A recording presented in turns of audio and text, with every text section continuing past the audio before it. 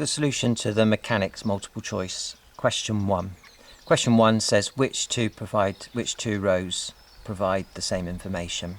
So let's look at row A to begin with. It says the gradient of a displacement time graph. Well, we know the gradient of a displacement time graph is the velocity, which is measured in meters per second, and the area under a velocity time graph. Now, the area under a velocity time graph is measured in is the displacement in the journey, which is measured in meters, so it cannot be A.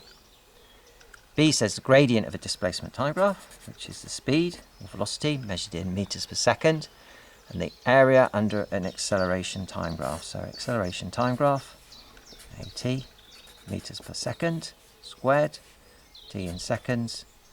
So when we multiply the two together to get the area, meters per second squared times seconds gives me meters per second. So those two have the same units. Let's look at C, the gradient of velocity time graph. The gradient of velocity time graph is the acceleration, meters per second squared.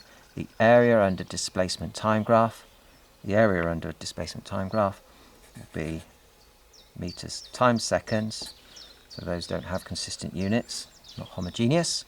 And finally D, the gradient of velocity time graph, which again is acceleration, meters per second squared, and the area under an acceleration time graph. Well, I've just worked out that, and that is meters per second, so it's not that. So the answer to question number 1 is B. They both measure the velocity, the gradient of a displacement time graph, and the area under an acceleration time graph.